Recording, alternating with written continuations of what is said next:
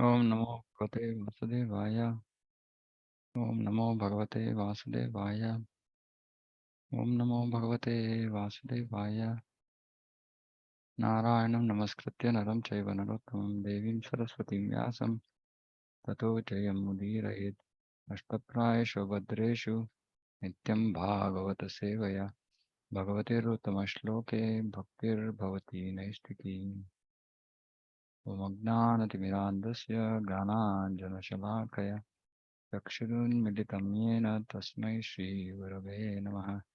श्रीचैतन्यमनोभीष्टं स्थापितं येन भूतले स्वयं रूप कदा मह्यं ददाति स्वपदान्तिकं वन्देऽहं श्रीगुरो श्रीयुतः पदकमलं श्रीगुरून् वैष्णवांश्च श्रीरूपं साग्रजातं सहगणरघुनाथान्वितं तं सजीवं साद्वैतं सावधूतं परिजनसहितं कृष्णचैतन्यदेवं श्री राधा कृष्ण पादान सहगण ललिता श्री विशाखान्वितांश्च हे कृष्ण करुणा सिंधु दीनबंधो जगत्पते गोपेश गोपिका कांता राधा कांता नमोस्तुते तप्त कांचन गौरांगी राधे वृंदावनेश्वरी वृषभानुसुते देवी प्रणमामि हरिप्रिये वाञ्छाकल्पतरुभ्यश्च कृपा सिन्धुभ्य एव च पतितानां पावनेभ्यो वैष्णवेभ्यो नमो नमः। जय श्री कृष्ण चैतन्य प्रभु नित्यानंद श्री अद्वैत गदाधर शिवासादि गौर भक्तवृंद हरे कृष्ण कृष्ण कृष्ण हरे हरे हरे राम राम राम हरे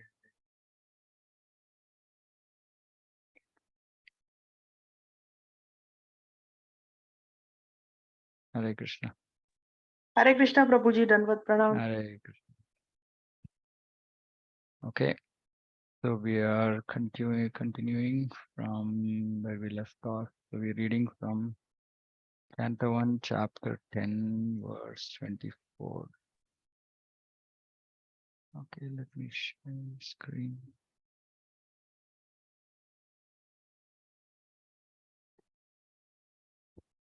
Yeah.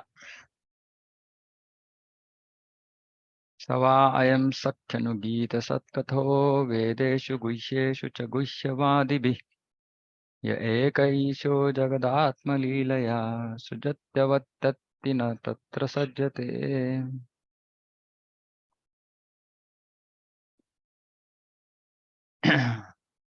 Oh dear friends, here is that very personality of Godhead whose attractive and confidential pastimes are described in the confidential parts of Vedic literature by his great devotees. It is he only who creates, maintains, and annihilates the material world and yet remains unaffected. So, just to remind everybody, this 10th chapter is departure of Lord Krishna for Dwarka. So, Krishna is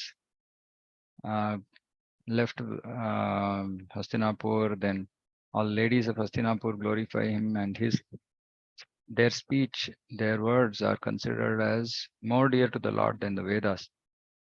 And then all the dear devotees of Krishna accompany him on his way. And so while he was walking, so these are some of this is what the ladies of Hastinapur are speaking. This talk was more attractive than the hymns of the Vedas.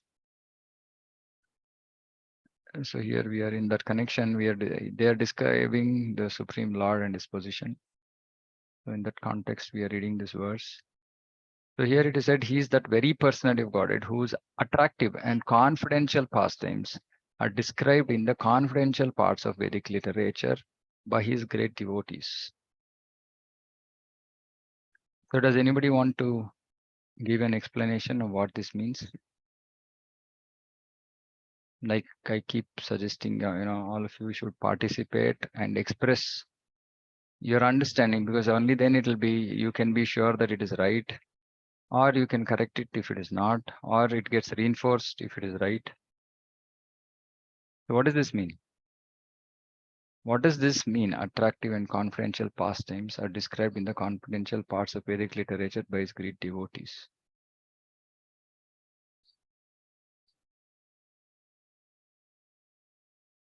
Anybody? Hare Krishna Prabhu. My Right. understanding is pastimes are not that easy to understand. Once you read the proper scriptures, then only you will be able to understand the confidential pastimes.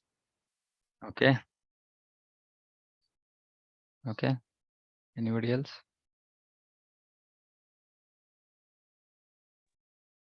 Hare Krishna Prabhu.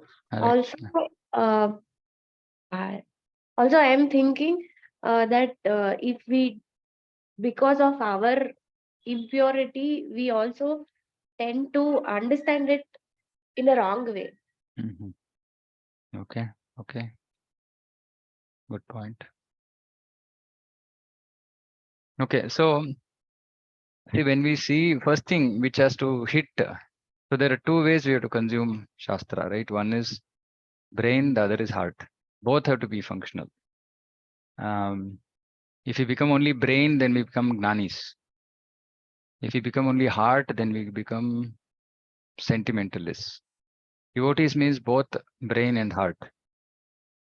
Okay. So first thing is this line should hit your heart, which is saying attractive.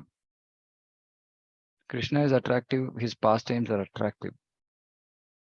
Now, like Mataji, Shruti Mataji was saying, now they might be attractive, but we might not be actually be attracted towards them in the right way. For example, Krishna's Rasa Leela. It is attractive, but we cannot understand it. Krishna's confidential pastimes. It's extremely attractive, but we cannot understand it. Right? And so they are not described openly. No, Prabhupada never discussed Rasa Leela in front of public gathering. So these confidential pastimes are not to be discussed openly. They are to be they are described as well in confidential parts of Vedic literature. Now, what are these confidential parts? Confidential parts are not are those parts which are not easily accessible to everybody, which means that they are only accessible. It's not that they are not there; they are there, but people cannot get access to it. So they will end up being only on the surface. They can't understand the confidentiality of the pastimes. So then people think that Krishna is an ordinary person. His pastimes are all ordinary. It's like, So they are described in the confidential parts by great devotees. Actually, see, we are so fortunate, and I want all of us to keep reminding ourselves this. We are so fortunate that we have come to Srila Prabhupada. Why are we so fortunate? Because we are connected to Brahma Madhva Gaudiya Sampradaya. Why is that a big thing? It's a very big thing because our acharyas actually have given us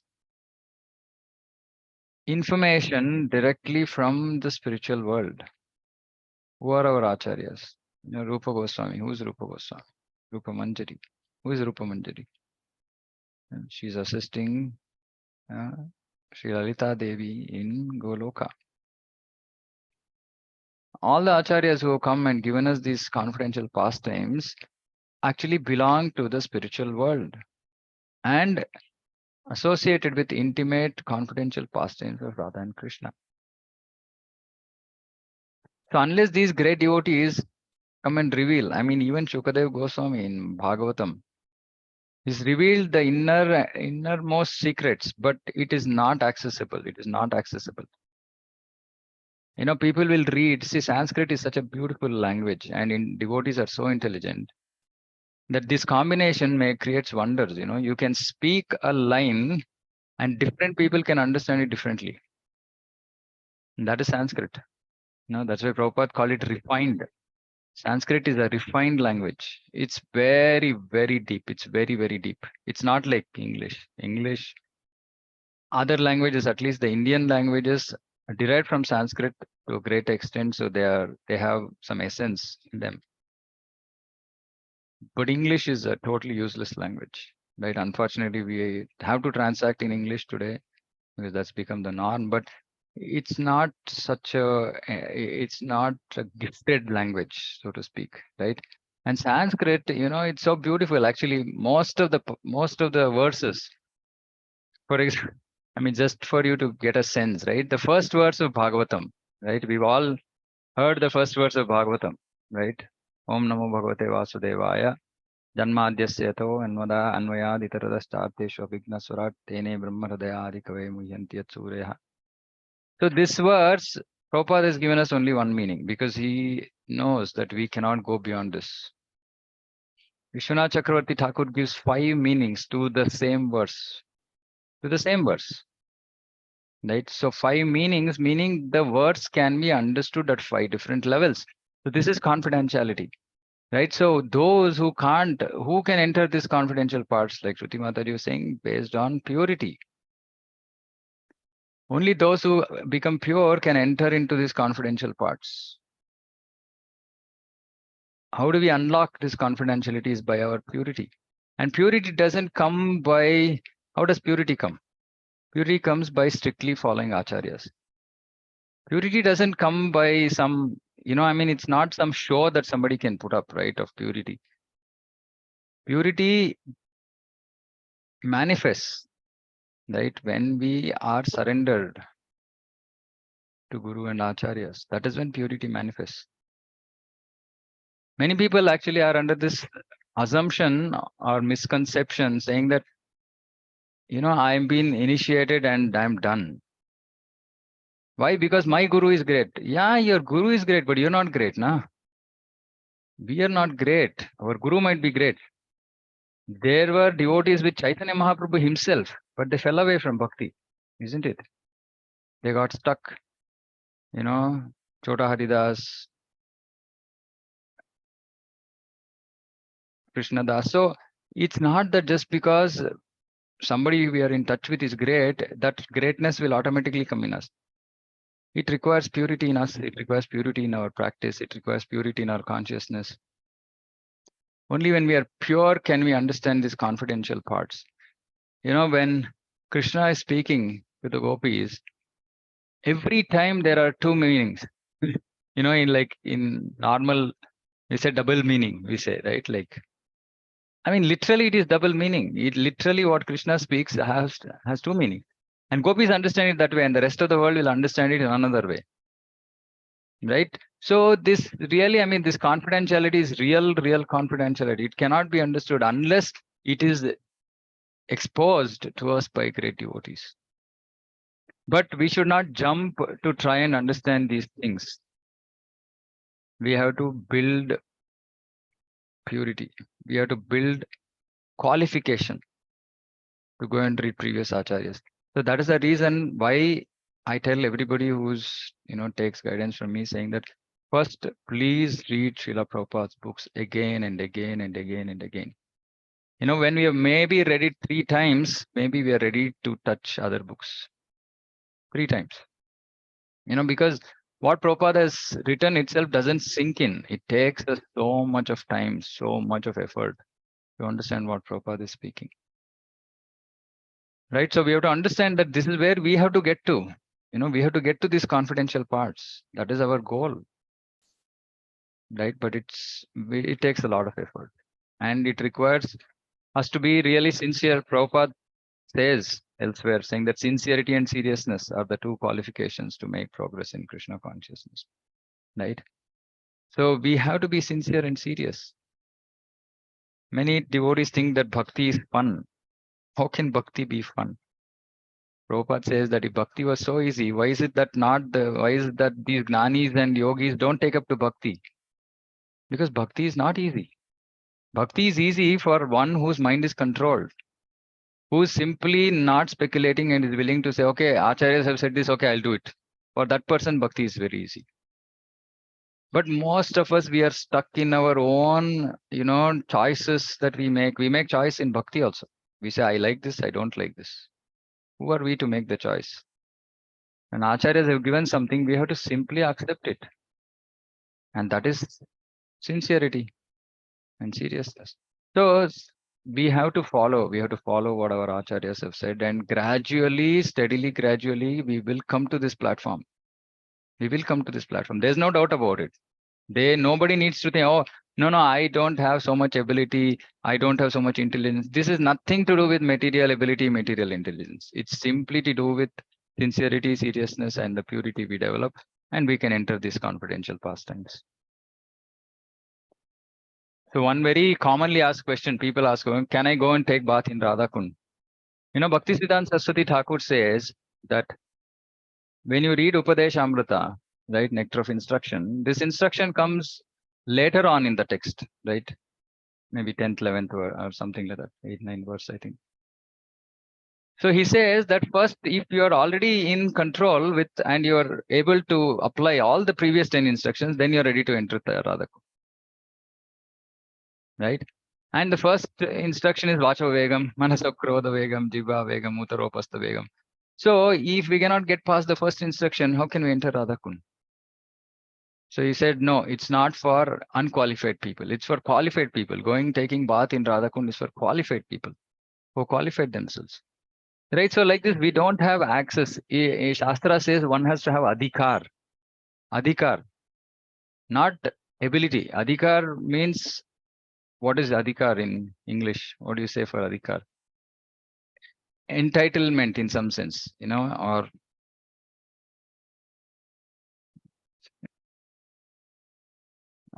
English word sometimes doesn't give the full meaning. Eligibility. Yeah, eligibility is the right word, right? Adhikar means eligibility, qualification. So one has to have adhikar to access these things, and that adhikar comes over time. Right? But this is what Bhagavatam is about. Bhagavatam is about, this, the rasa, because that is why earlier on only Vyasdev is saying Pivata Bhagavatam Rasamalayam, right? It's full of rasa, but for us to enter that rasa, we have to first clean the dirt. If the dirt is not taken out of the heart, then we cannot enter these pastimes. We cannot understand these things. Okay, so I'm moving on. So I have a question. Yeah. Hare Krishna. Yeah, yes, Prabhu. Yeah, so you mentioned that once we are having this purity, then we can get this realizations, right? But then No, let me clarify. Not realizations. When we read, see, we are not at this. Okay, so okay, there are 3 stages of knowledge. Let me clarify, because maybe I was unclear. So the first is gained knowledge, which means that I'm reading something and I understand. Now, this is okay with mundane knowledge mostly, right? Which we read and we are able to understand to whatever extent. This is one, right? Second one is realized knowledge. Okay. So realized knowledge is when a person realizes something. Realization basically means something you've read, you practically experience, right? Generally, Vijnana, it's called realized knowledge. Then there is something called as revealed knowledge.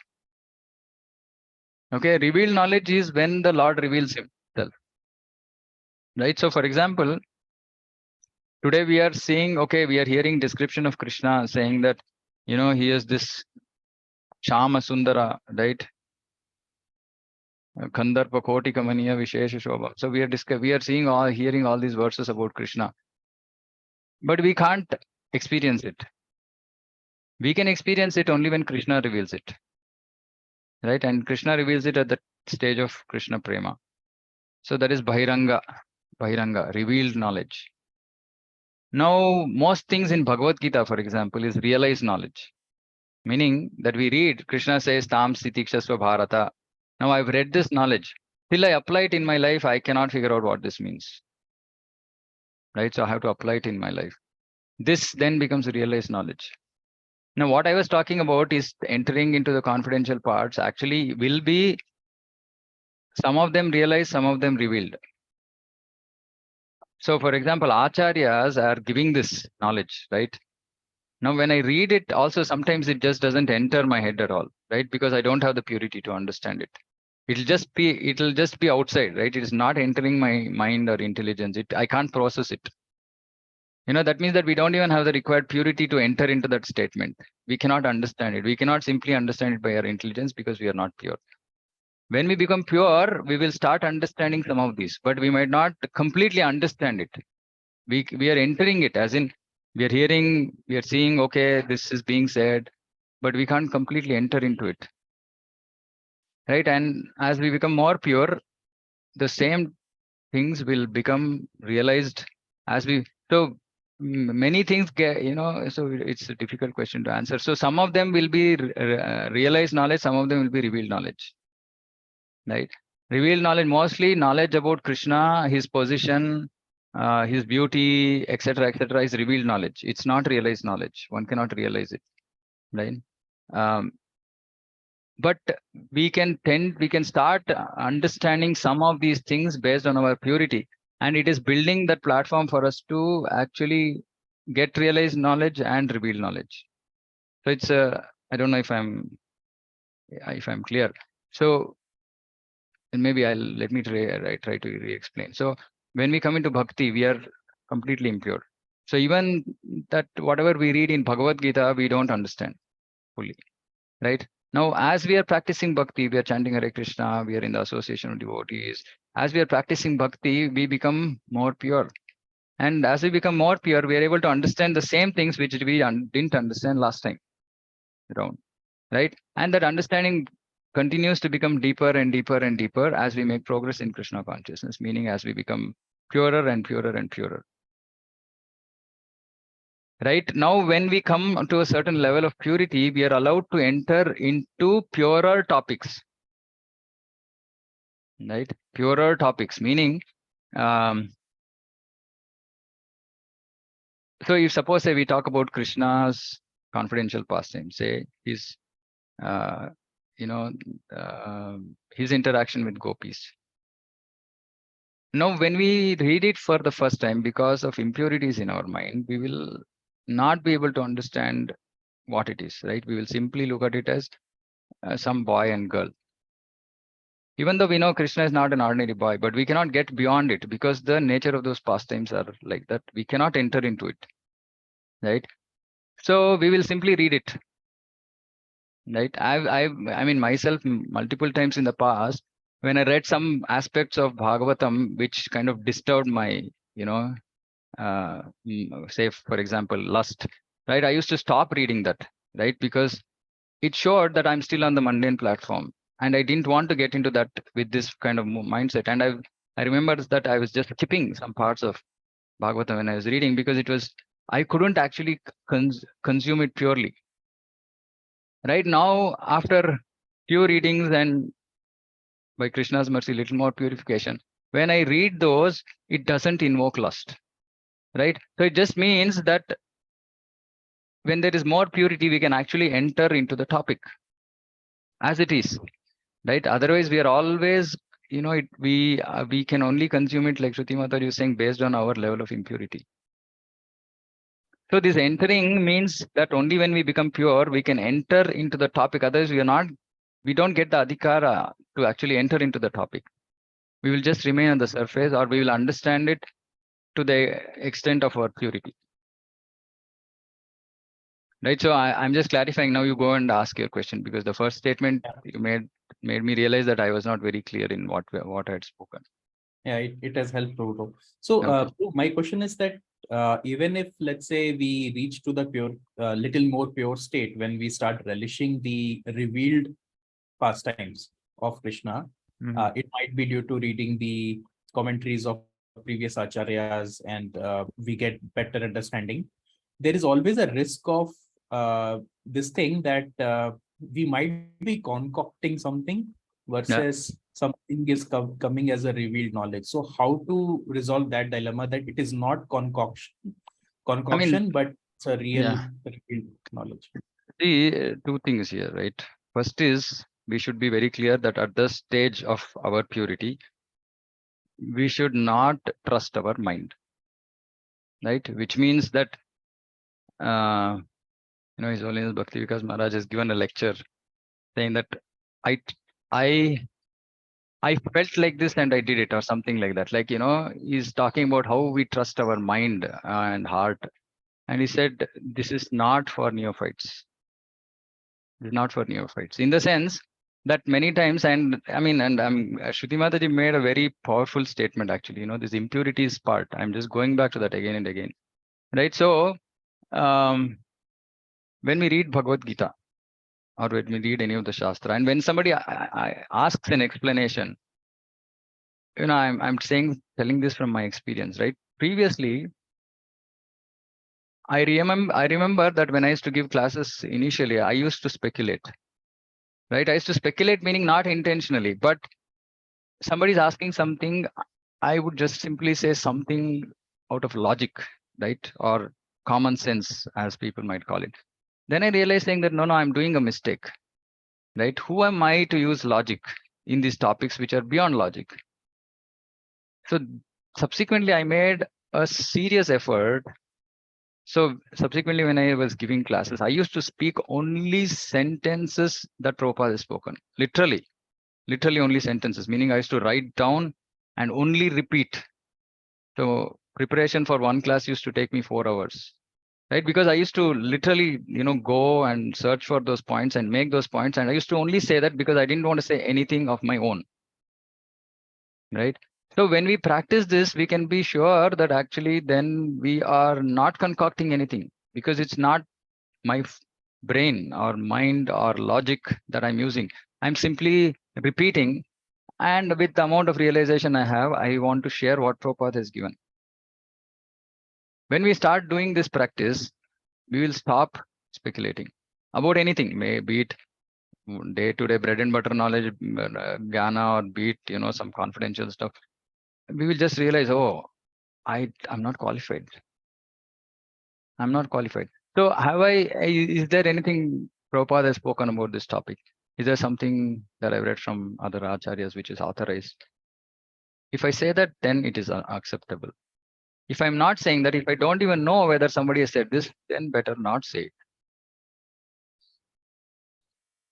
Right? So, and this awareness has to be there in us, saying that, is this something that has been told previously, or is it something I'm just cooking up? And if I'm cooking up, then I have to be very, very sure that I stop doing it immediately. And this is the reason why I emphasize need to read Prabhupada's books again and again, right? Because see, unless we read Prabhupada's books, see, how has everybody else got their knowledge from Prabhupada? Somebody cannot be surpassing what Prabhupada has spoken. But how do we know if somebody is surpassing, not surpassing, unless we ourselves have not read?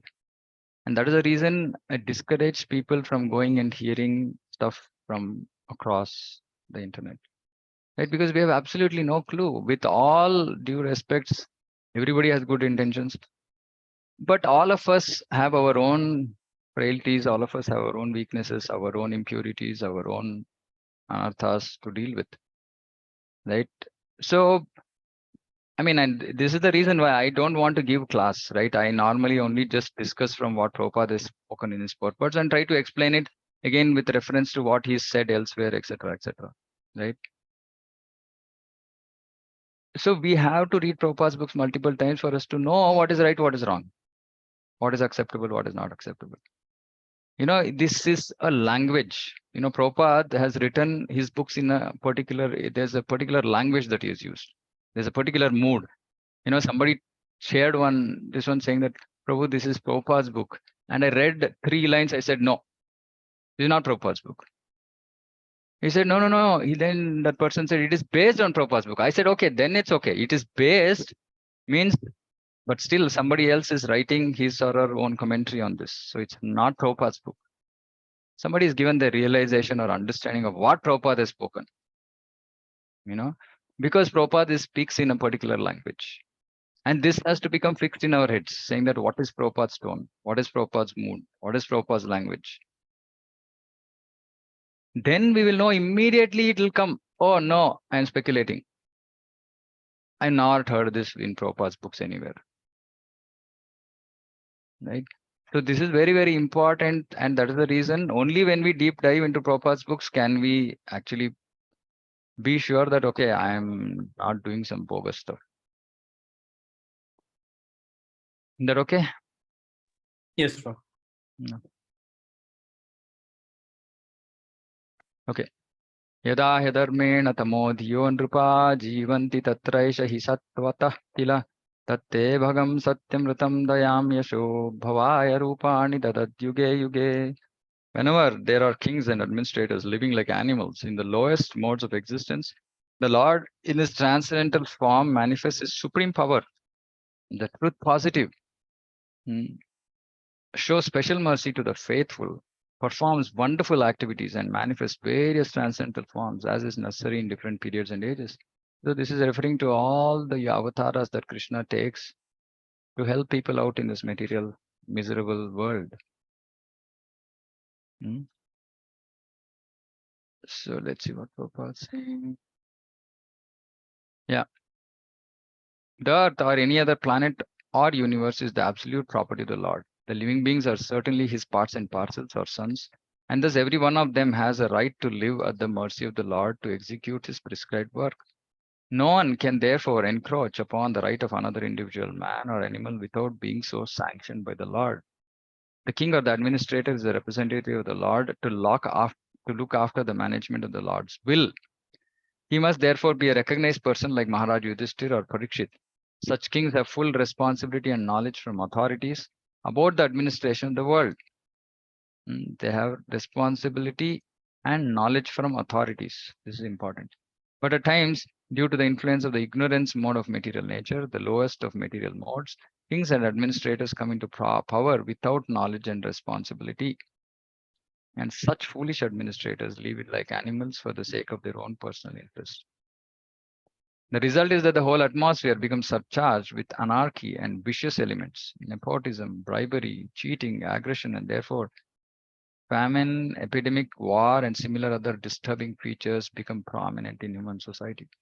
So we can understand why today we are suffering in this, Kali Yuga because of all this. And what is the root cause of all this is fallen administrators. Fallen administrators. Right? Because a king or an administrator, his role is to make sure that people follow dharma. And if he ensures that people follow dharma, then there's no way that dharma will fall. And all these unnecessary attributes like nepotism, bribery, cheating, blah, blah, blah, all manifest. Right? So that is why it is important that, the people who are considered, Prabhupada writes in Bhagavad Gita, natural leaders. Natural leaders. Who are the natural leaders? Who are the natural leaders? Anybody wants to comment? There are 3 types of natural leaders the Prabhupada speaks about. First is all of us, mostly. Mostly I'm saying, because parents are the first leaders, natural leaders, because children automatically follow parents. The second is the teacher, guru, not just spiritual guru. Any guru who is teaching us knowledge. He is considered as a natural leader. And the third is the king or the politician. Okay, now all of us have to be fully responsible and knowledgeable from authorities. Otherwise, Bhagavatam says, Pita na sasyat, Janani na sasyat, Guru na sasyat. Don't become a father, don't become a mother, don't become a guru. If we don't know what is the goal of life and what one needs to do to achieve it, we should not become a father, we should not become a mother, we should not become a guru. Otherwise we are bogus father, mother, guru. And administrators anyway are bogus. At least these 3 elements, if we can, straighten out, the society will straighten out. And every house is a gurukul, right? Because there are 2 gurus, father and mother. So father is the guru of the mother as well, and mother is the guru of rest of people. in the house, children. And we have to develop full responsibility and knowledge from authorities and make sure that our goal of life is one, is just to please Krishna. And we should conduct our house like it's a temple.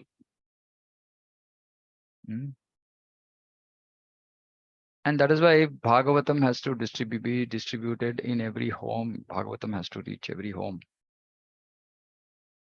Then every house will become a temple, and if every house becomes a temple, every child becomes a devotee.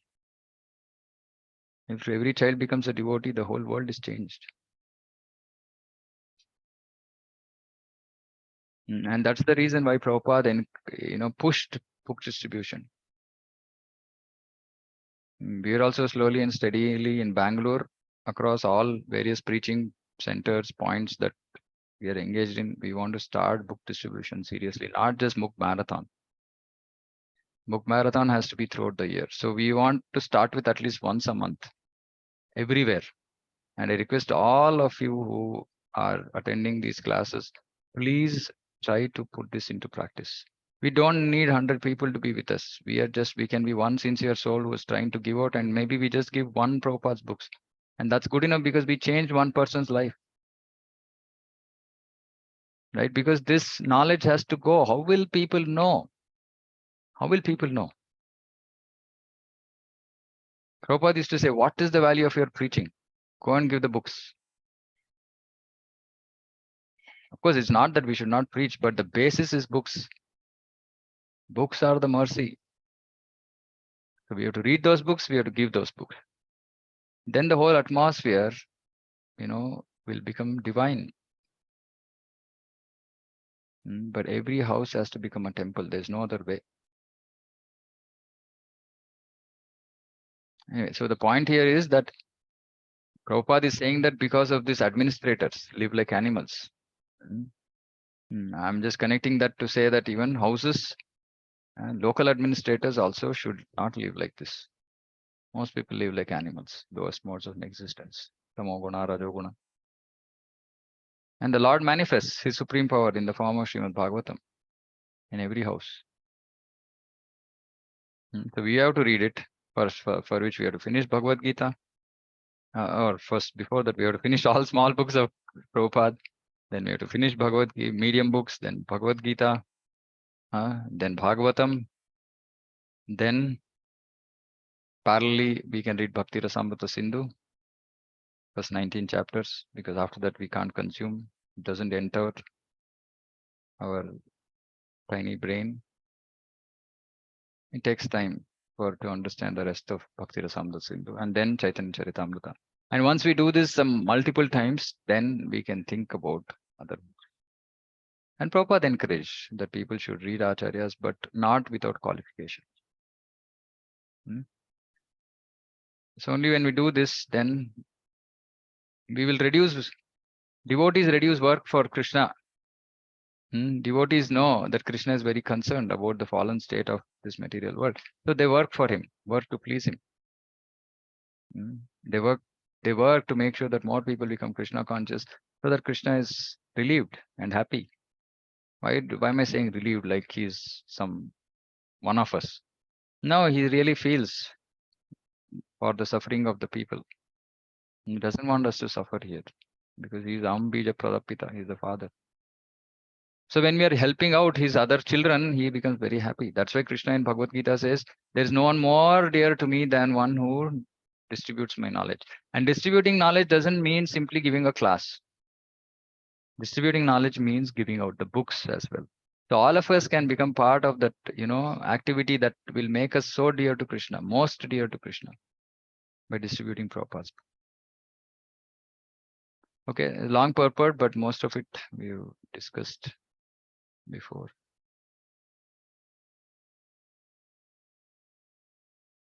Aho alam shlaghayatam yadokulam aho alam punyatamam madhorvanam yadesha pumsam rishabah priyapati svajanmana chankramane na chanchati. Oh, how supremely glorified is the dynasty of King Yadu, and how virtuous is the land of Mathura. where the supreme law, leader of all living beings, the husband of goddess of fortune, has taken his birth and wandered in his childhood. So they are like so nicely describing Krishna's, position, Krishna's family. And it's glorious to be associated with Krishna's family, right? Somebody who becomes part of the, Yadu dynasty. Man, they are so dear because otherwise they wouldn't have been born there with Krishna. The Lord appears in this universe like the sun and again leaves our sight at another time. He exists at all times and at every place. But by his causeless mercy, when he appears before us, we take it for granted that he has taken his birth. So he just appears. Anyone who can understand this truth, Janma karma cha me divyam evam yo veti tatvataha tyaktva deham punarjanma naiti mameti sorjuna. In terms of statements of revealed scriptures, see, revealed scriptures certainly becomes liberated just after quitting the present body. Simply this much. What is the qualification here? We have to understand the truth. How do we understand the truth? How do we understand the truth? From the acharyas. From the acharyas.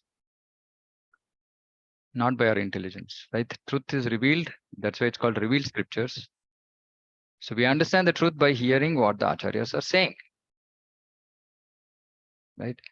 And once we understand and accept it, oh, Krishna doesn't take birth in this material world. His birth and activities are divine. So I have no reason to doubt about any of Krishna's activities because none of it is material. And he's Sarva Mangala, he's supreme good for everybody. I mean, even so-called enemies of the Lord achieve liberation. Right? And he came to do dharma samsthapanarthaya. Right? Then how can he be doing a dharma? No, I have full faith that his janma and karma are all transcendental. And not just making that statement, also understanding how it is transcendental. Oh, janma. Okay, Krishna appears. How does Krishna appears? Sambhavami atma mayaya.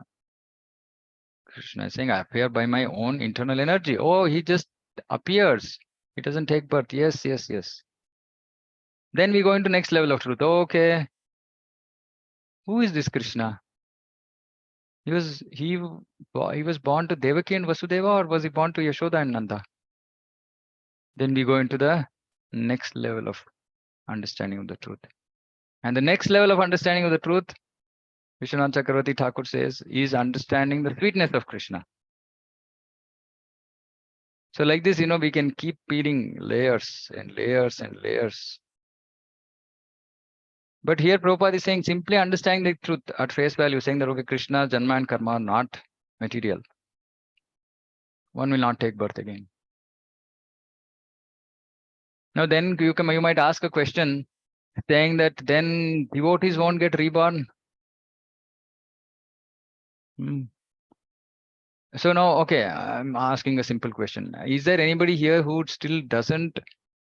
It's okay if you are, we'll clarify and make sure that you can come to that stage. Is there anybody who doesn't firmly believe that Krishna's Janma and Karma are Divya, are transcendental?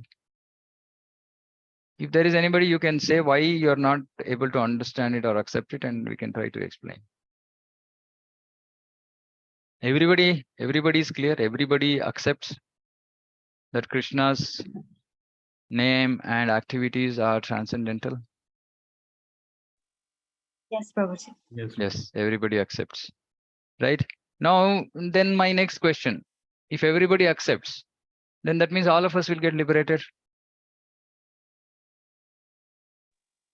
Yes, Prabhuji.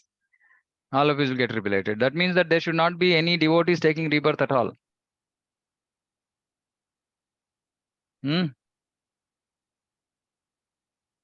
Once we are completely, we realize Krishna, then Prabhupada guarantees, whoever does this, you go back home, back to Godhead. Yeah, but my question is, what about by the end of this life? Are we So does that mean that all devotees achieve perfection in one life? No, not all. There's different stages of devotees. Not all devotees, of course, like, but the devotees are also like in a different stage of, So real that life. means that they're taking birth again. But, If the Prabhupada is desire, saying that they're liberated. but if devotees have like material desires, like, will they like come back again, like, or how is it? Okay. Okay. So then did they understand the truth? They If a heard the devotee truth. understands, yeah, if a devotee like believes that trusts like Krishna, this is the truth, they will take up Krishna consciousness. But if the devotee is still having like some kind of material desires in their heart, Yeah. they're not able to Okay. like overcome it. So Okay. how? Okay. Okay. Good point. So there are two things we have to understand, right? So first is everything about spiritual knowledge has to be applied knowledge. Okay, which means that there's nothing like simply knowledge for the sake of knowledge. So let me give you an example. We know that, okay, I'm riding a two-wheeler, then if there's a red signal, I need to stop. If there's a green signal, I can move. Now, if I'm not riding a bike, I won't have a need to apply this knowledge, right? But if I'm riding on the road, then I need to apply this knowledge, right? And okay, when I see red, I need to stop. When I see green, I need to go. We don't have this option of not applying spiritual knowledge. Gnanam Vignanam Sahitam, meaning that knowledge is useless unless it is applied. So the knowledge that Krishna's Janma and Karma are Divyam should automatically make us become a devotee with that knowledge. One has to try to become a devotee. Now, which means that then we should understand Sambandha Jnana, Abhidheya Jnana, understand, okay, I'm also part and parcel of Krishna. Krishna is Divya, so I'm also Divya. So why am I rotting in this material world? Why am I having so much of material attraction, material attachment, material? So one who actually understands this truth, puts it in practice, and he actually comes out of this material world. He gets liberated because he knows that everything else is just nonsense and I'm stuck here. If we are not in the stage of applying this in our life and simply in the stage of hearing this, which is neophyte state, then we will not make progress and will not be liberated. Having said that, another level of so one main important thing is the desire. This desire is what is going to bring us back. So somebody who desires material happiness will come back to this material world. Somebody who doesn't desire material happiness, okay, now this is the tricky part, but who wants Krishna prema might also come back.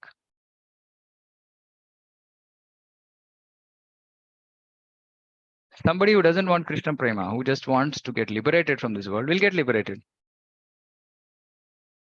It is very easy to become liberated.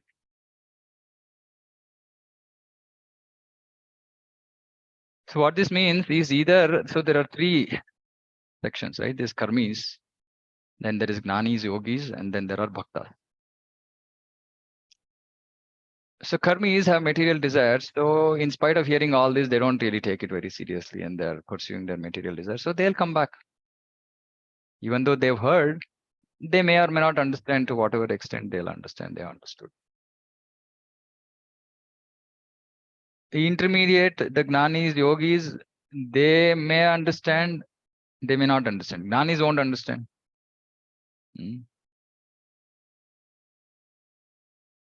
But they will go till the border of between material and spiritual, right?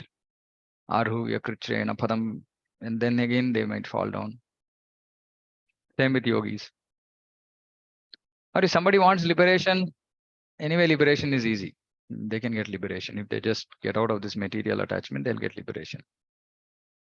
But for devotees, because we want Krishna, even though we understand this truth, we want Krishna prema. We don't want liberation. As a result, to complete our process, we will come back. if we don't achieve perfection in one life. And what does this perfection mean? Perfection doesn't mean full prema. Perfection means that we can just even enter prema perfection. How am I saying this? On what basis? In Krishna's Leela, right? So there are two sections of groups of devotees who achieve perfection. They want to become gopis. They're called Munichari gopis and Rishichari gopis. Or Munichari, and there is this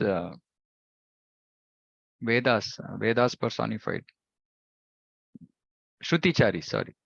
Shruticharis and Municharis. So the Shruti, which is Vedas, they come to this confidential part of this knowledge about Krishna and then they become attracted. Right? Then these rishis who are in Dandakaranya, who see Rama, they're actually devotees of Madhava, Govinda, Krishna. And suddenly by looking at the form of Rama, they become, their attraction towards Krishna increases so much. And they suddenly feel, okay, no, we want to serve you in conjugal love. They were not completely pure. They were not completely pure. Meaning, what does this completely pure mean? Anartha nivritti happens up till, anarthas remain up till the stage of bhava, right? Like it happened to Bharat Maharaj. So only when we enter prema, anartha is fully destroyed. And if you read Bhagavatam, we see so many verses where they're saying, gopis came in touch with Krishna and all their material contamination got destroyed. That is because their material contamination was not fully destroyed. So even if it is not fully destroyed, we can go to Bhoma Vrindavana. We can go to one Vrindavana where Krishna is doing his pastimes. That is, what is it called? What is it called? Trainees are put through, no? Not internship. Orientation. No, it's a beautiful. What is that word? Anyway, it's like a training camp, right? Whatever you want to call that. I'm not getting the word. So it's like, we are trained there. And all our material contamination then gets destroyed because we come in touch with Krishna and his Nitya Siddha Gopis. And then we go to spiritual world.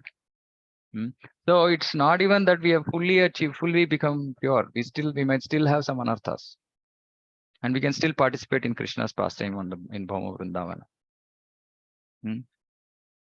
But if we don't reach that stage and we are desirous to reach that stage, then we might have to come back.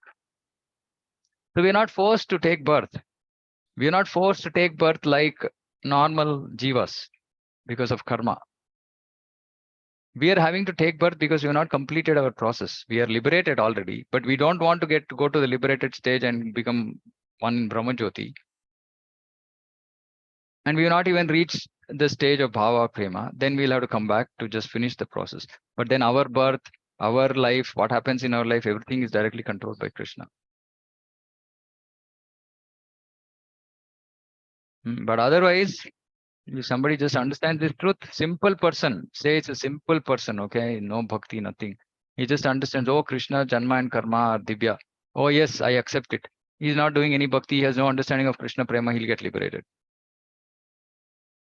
Nothing he needs to do. I may just be a simple person, not running behind material desires, nothing. Sattva guna person understands this truth, he can get liberated.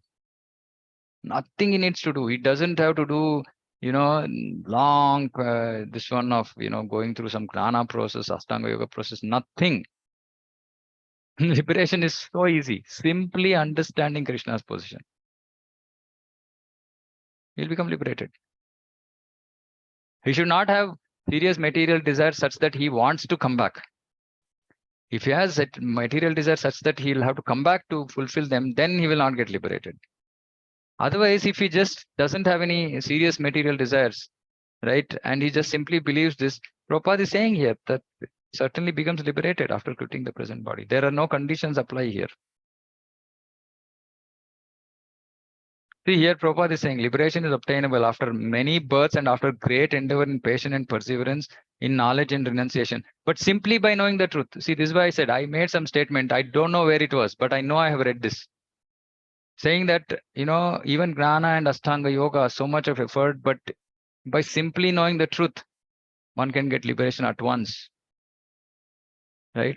Yeah, once again, Priti Mataji. So the point is that simply by knowing this truth, somebody who doesn't have serious material desires, meaning here she is not running behind it, just like normal, okay, life has to go on, maintenance, food, normal stuff.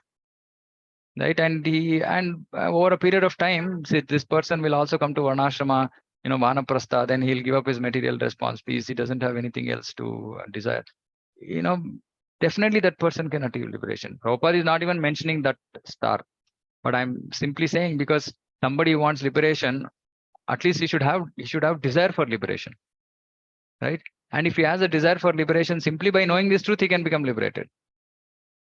If he doesn't have desire for liberation, then he will not even try to understand this, right? Or we can say if he tries to understand this, he can come to the platform of wanting to get liberated, even if he doesn't want Krishna Prema. Is it clear? Yeah, Preeti Mataji, you had a question?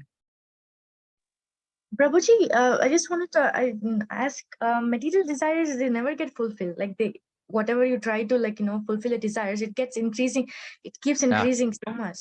Correct. So what is the point to even to have to actually the desires to maintain them and then keep them? Yeah, very intelligent question. Yeah, people don't get to this thinking, right? People don't get to think. People always live on hopes. What is the hope? The hope is sometime this desire will be fulfilled. And it's not that the material desires won't get fulfilled. The material desires will get fulfilled, but new ones come up. Meaning we have a particular desire. That particular desire can get fulfilled because Krishna gives us facilities. But it doesn't stop. New desires come up. But for a jiva, see, the interesting thing is that I ate chapati and now I want to eat ice cream. Now, for example, these are two different things. My desire to eat chapati was basic need. I got it and my desire was fulfilled, but I'm not satisfied. I want something exotic now. I want to eat an ice cream. So then I go behind this desire. Then after I eat an ice cream, I say, no, I don't want this ordinary, whatever, Amul ice cream. I want this, fancy looking big pot of ice cream. No, the desires are fulfilled. So the jiva thinks, oh, okay, now I can desire more things. I can desire bigger things. And what is the end to this big? I want to become Brahma. Then eventually I want to become Lord himself. So it is not very obvious that the desires are not getting fulfilled. Well, because it is everything, all of this is holding us in this material world. Actually, it's useless. But people never think that material world is a bad place. It's very hard for them to realize, an ordinary person to realize that, oh, I'm stuck. Why am I running behind these material desires? Because it's getting fulfilled. It is getting fulfilled. And he's getting new desires. And that's also getting fulfilled. Right? So then how will people realize? And most people live thinking that this is the goal of life, to achieve one desire and then next desire and then next desire and then next desire. And that's why they engage in karma kanda, doing all these fancy sacrifices, then say, I'm going to go to Swarga next. Who wants this miserable? First we say, I don't want to be in India. Let me go abroad. Why? Abroad is cool. Then we say, no, abroad. Abroad is no fun. I mean, still there is Janma Mrityu Jara. Let me go to Swarga. So like this, there's no end at all. And there's always hope for something better materially. So who can understand this? Only who knows that I'm not this body, I'm spirit soul, and I'm nothing to do with this stuff. I'm just in a dream. I'm just dreaming. And I'm thinking this dream is nice. Let me dream one more. But boss, I have to get up. Next day I have to go to work. I can't just continue to keep sleeping. So only one who wakes up to reality will then say, no, this is useless. But till that, and people don't come to that stage very easily. Many people come to devotion also wanting to fulfill their material desires.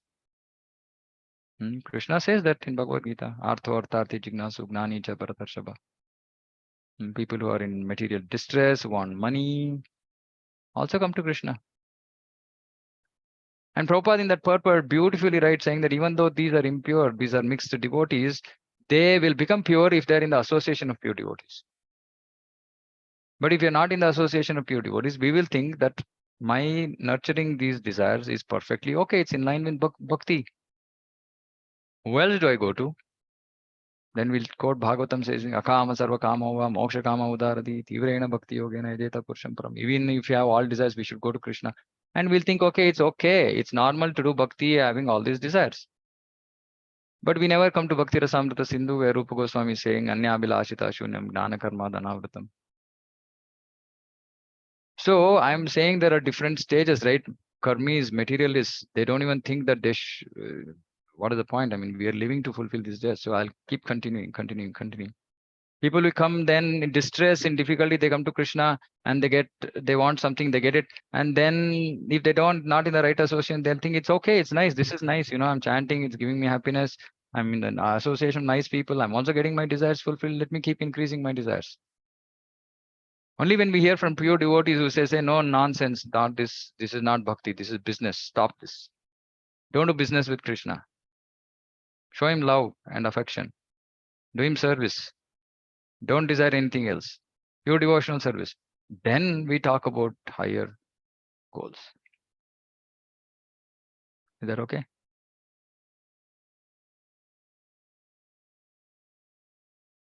Okay. Anybody else? Anything else?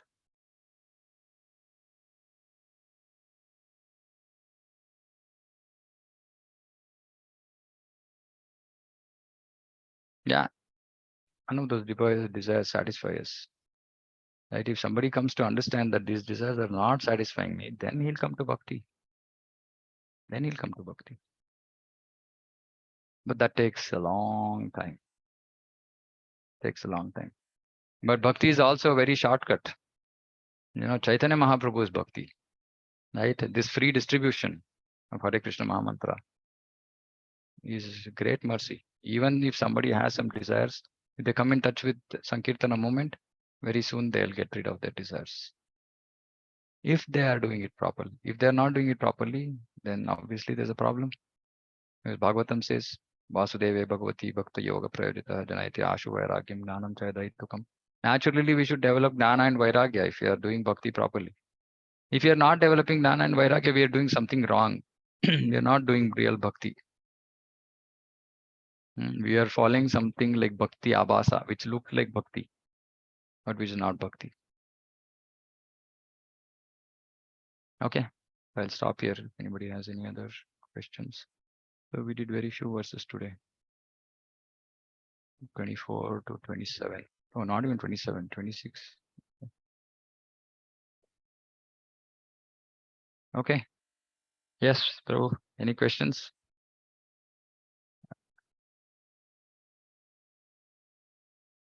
No questions. Okay. Fine, then we'll stop. Okay. Capture, recap, any points? Anybody? Any points we remember from today? Thank you so much, Prabhuji. Thank you for this beautiful class. You explained like very beautifully. Of course, material desires, everything, it doesn't satisfy us. Like we keep trying so hard to, satisfy. It just keeps increasing. But only after the mind tells us so many things to do this, to do that. And when we when we want to, when we mind makes it in such a way that we cannot stop. Like it becomes, the more we pay attention to it, the more the desires like keep increasing, and we only realize once the desires are fulfilled, it doesn't satisfy us.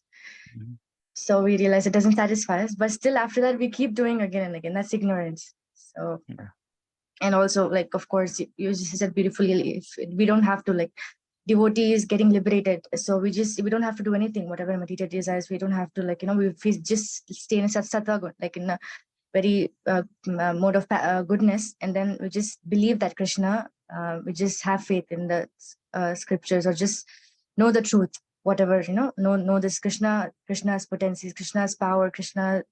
So he's the top. Janma and So, karma. yes. Krishna, Janma and karma are transcendental, then we'll get liberated. But devotees don't want liberation. Devotees want Krishna prema. Yeah.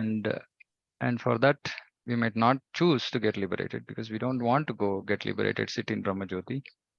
So we might come back to fulfill the remaining part of our process. And then we qualify ourselves to go to Krishna. Yes. Yes. Okay. Okay. So, Yeah. yes. Anybody else? Any other points? Yeah, so one point was that Krishna's pastimes are confidential and they are mentioned in the confidential portions of Bhagavatam. And if just because of knowing the fact that Lord's Janma and Karma are transcendental, if one gets liberation, then what to speak of the devotees who were confidential associates of Lord and who have been with them, like their Okay, just one small correction in those. Confidential devotees of the Lord don't have to worry about this because they're already Nitya Siddha. Okay, so possibly the statement can be saying that just simply by knowing that it is transcendental if one gets liberated. What about those devotees who do bhakti with love and affection for Krishna? Yeah. Right, because we are not perfected, but we want to do service to Krishna with love and affection. Knowing Krishna's position, what about their future? What about their destination is guaranteed, basically, right? Retrospective. Yeah. Okay. Okay. Anything else? Prabhu, one more point which you mentioned about we coming back, uh, even if we haven't completed our journey, basically increasing our Krishna prema, and in that scenario where we don't have material desires and there's a full control of our life with Krishna. So I think that's the best place to be in a material world, I think, because we will not get entangled with any material desires. Say that again.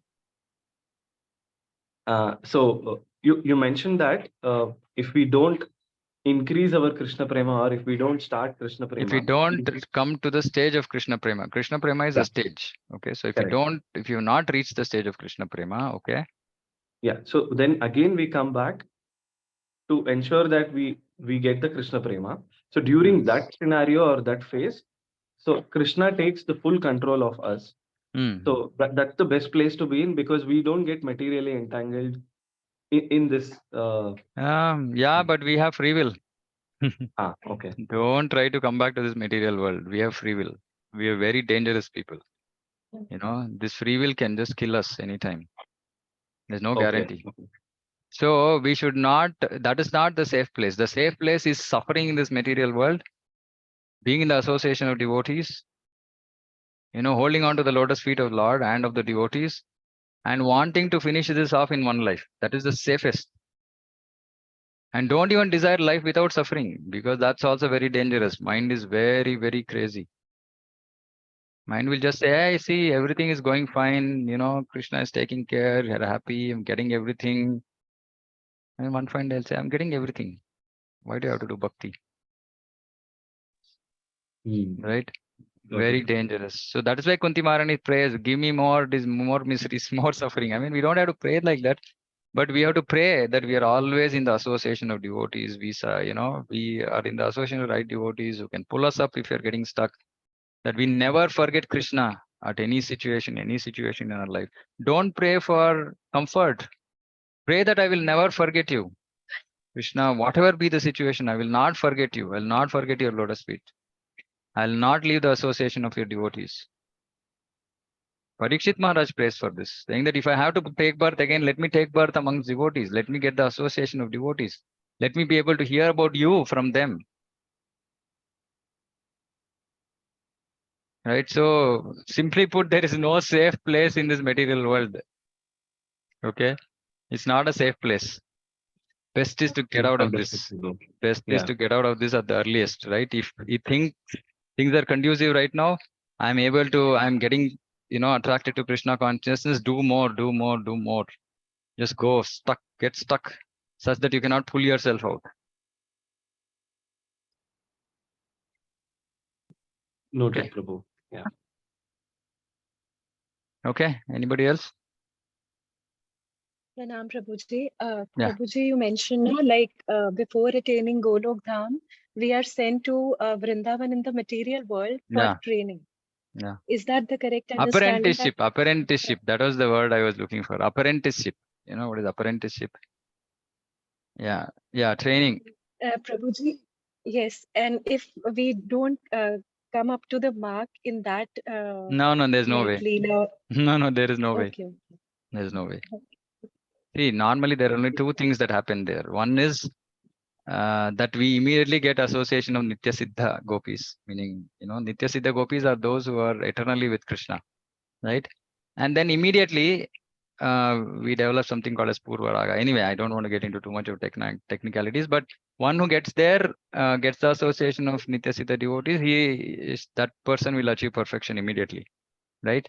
And the others, and we understand this from Bhagavatam, that some of them were not allowed to go to meet Krishna when Krishna blew his flute, right?